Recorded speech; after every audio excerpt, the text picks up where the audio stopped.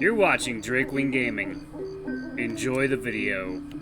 Hey guys and gals, Never here from Drakewing Gaming, and something on Twitter, the Gaming Drag. Today I'm coming back at you with a Let's Play episode of Far Beyond the World. Anyway, let's go ahead and jump right back in, shall we? Alarm chain, you are up, and let's go.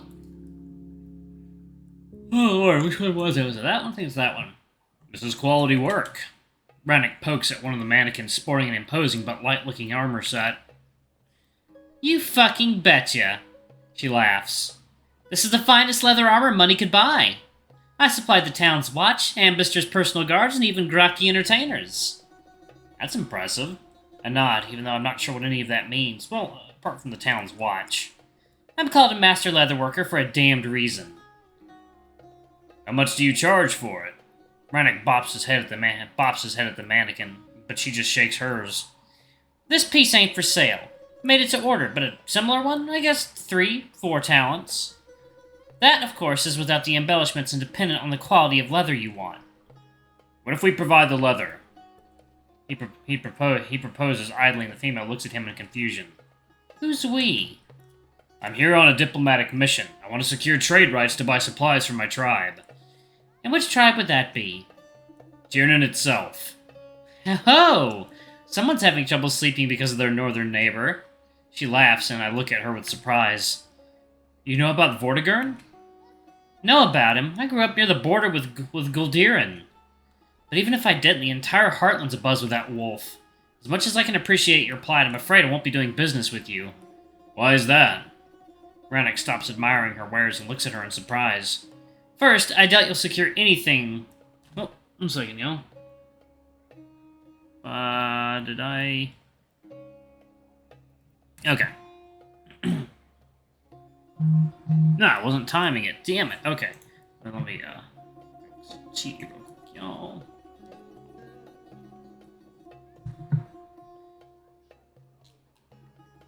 Sorry, I'm a little bit high right now.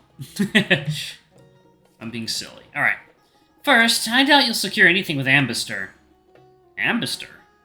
The magistrate. She clicks her tongue. He's not exactly keen on wolves right now. Not that he ever was. Secondly, if I'd sell armor to your tribe, it wouldn't be for long before the Weeping Moon learns about it. Should your enemy and my former overlord take an issue with that, it wouldn't be too heavy a purse to arrange for an accident. No. I stay away from Tiernan politics, as any exiled wolf should. Is such a thing likely? Ranok crosses his arms and looks at her in a mixture of concern and disbelief. Why so surprised? How do you think the tribes are so well informed of the events taking place beyond their forest? The Weeping Moon always crave redemption. Half of them stay in constant contact with the former chiefs, hoping for a pardon. They're spies. Ranok concludes, and now that I think of it, it does make sense. The wolves who left on their own don't want to go back. Those who are forced out? And thieves, thugs, murderers. Anything they're asked for comes without a price, and with double the zeal and determination money could ever buy. As they say, you don't fuck with the Weeping Moon. Yeah. He gives me a more stern look, and I shrug uncomfortably. I really need to listen to him more. Right. I'm done measuring. Come back to me in the afternoon around the 10th hour. I will have your sandals ready by then. No chance to get them done now? No can do, Mr. Future Chief Diplomatic Mission. I've got some priority orders, and even if I didn't, this would take a few hours at least. One cannot rush a quality work. Either you want good sandals, or you want them fast. I could see a shift in his expression. He hoped to have proper footwear for the audience. So did I, actually. Well, thank you anyway. We'll collect them before sundown.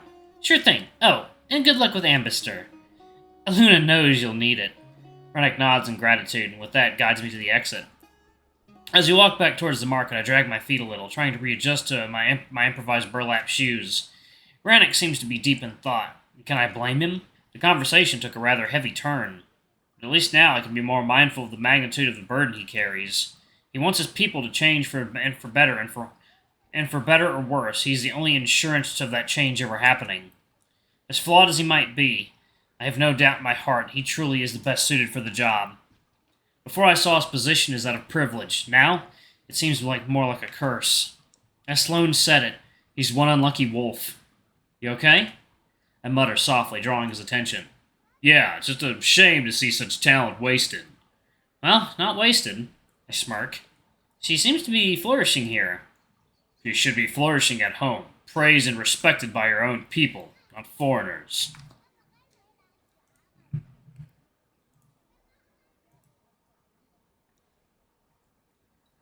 Ugh. If only life were that easy. I sigh in slight resignation. I can't help but think of Cora. Oh? I look up at him in surprise as a deep frown mars the wolf's muzzle.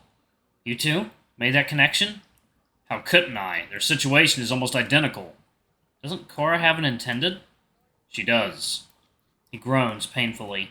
Some idiot Ponce from Anwin. I saw that wolf a few years ago during Cora's naming ceremony. Those two did not get along. She'll be discarded once he beds her and puts a pup in her, with no sorrow on Cora's part either. Sorry to hear that. I grimace, getting a much fuller picture of their messed up matchmaking system. It's highly dysfunctional. I need to figure out a way to set her up with that moron Cullen. I don't understand why he's not taking the bait. A wolf like him should be so lucky to catch her. Perhaps you're the problem, I propose, much to his surprise. How's that? You're quite intimidating with your row, and your rows with Cora gets even me-fooled at times. My voice wavers slightly at this embarrassing revelation. You might think you're both in this for the long haul and simply not want to draw your ire, by stepping onto your territory. Maybe. He shrugs, unconvinced. Whatever it is, I need to figure something out. The last thing I'd want is for Cora to be forced to follow in that she-wolf paw prints. I couldn't bear to lose her. She is sweet. I smile, placing upon his arm.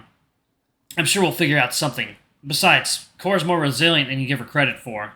She doesn't strike me as someone needing saving. That I can agree on. He nods in mild amusement as we come to a stop before the magistrate's palace. Seeing that massive structure tower above me like an iceberg forces an involuntary heavy swallow. You ready for this? Nope. Just stay quiet and follow my lead. I nod nervously and tread behind the wolf, stepping through the marble threshold. The hall we enter is spacious, with a complex vaulted ceiling spanning the entire width of the building. Heavy lanterns hang from up above on metal chains, while light glistens and reflects from the polished surfaces. The floor is like a puzzle made from various pieces of marble of different colors, guiding your eyes towards the front desk. The desk itself, wooden and sturdy, is crowned with an imposing white statue of a tiger warrior, clasping a great sword and wearing a rather foreboding crown. I barely dare to meet my gaze with the lifeless eyes of what I assume is the Sorcerer King. Beneath him, working with diligence and reverence, a tigress is shuffling documents in wooden tablets. She's so buried in her task that she doesn't even notice we've entered.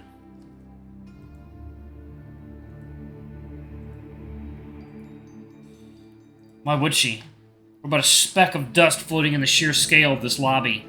Halfway through our approach, we're being cut off by an official draped in a rather ceremonial garment, rushing from one side of the hall and disappearing into another. It seems to be a rather busy place. Ekem! Ranok clears his throat as he rests his paw against the counter, drawing the surprised gaze of the tigress. Yes? How can I help you? Me see Tiger Chief. Diplomacy. Very important. Huh? The female blinks, giving us a rather exaggerated, confused expression. Diplomat. Tiger Chief. Now! Ranok reiterates, and she only leans back into her chair. Do you mean the magistrate? Yes, the magistat. Important greeting. Much diplomacy. I snort, clasping my mouth in embarrassment that did not manage to hold that one in. The female hangs her gaze at me for just a split second, herself being quite spellbound by what was said. I'm sorry, but the magistrate is quite busy right now. Do you even have an appointment? What is she on about? He leans toward me, and I whisper back. She asks us if we have an appointment. No, the wolf responds. We walked many miles, just arrived. I bring goodwill of Wolf Clan to Tiger Chief. No pointing needed. I don't know what to say. Tiger seems to be speechless. No need for your speech. Just point to Tiger Chief. Tell him Tiernan Diplomat. No, I don't know how to tell you this. This is not how we do things around here. Okay, Mr. Future Chief Diplomatic Mission. I teasingly paraphrase Sloane, much to Ranok's annoyance. Should I jump in, or you got this? Oh, shut it. He growls softly and plops the heavy chest he's been carrying onto the desk. Here, serious business. He unlocks the latch and opens the box, flooding the room with a glimmer of pure gold. What in the world? She nearly hugs the wall behind her, looking around as if to check if she's being pranked. Mateo! Oh, thank the light. Could you please join me for a moment? She reaches out to one of the passing officials, and the tiger looks at her with slight amusement. Light have mercy. If I knew I'd be running at the front desk as well, I would have asked for a raise. This is serious. The female insists, and her colleague just rolls her eyes. Of course it is. This wolf came in with his servant, wanting to see Ambister. So, not the oldest delegation passing through this hall, if you ask me. That's not the point. The female sneers. He has no appointment, no credentials. There you have it, then. Case closed. He can be out on his merry way. Book an appointment for next month or something. I'm drowning in census reports up to my neck. I don't have time for what appears to be a human trafficking canine. He gives me a less than pleasant look. Oh, just shut up and look. She grabs the male's vestments to stop him from leaving and opens up the latch of the box. Again, the golden glow floods the room. This time, it's the tiger's turn to jump away as if burned. Holy shit! Right? What do I do?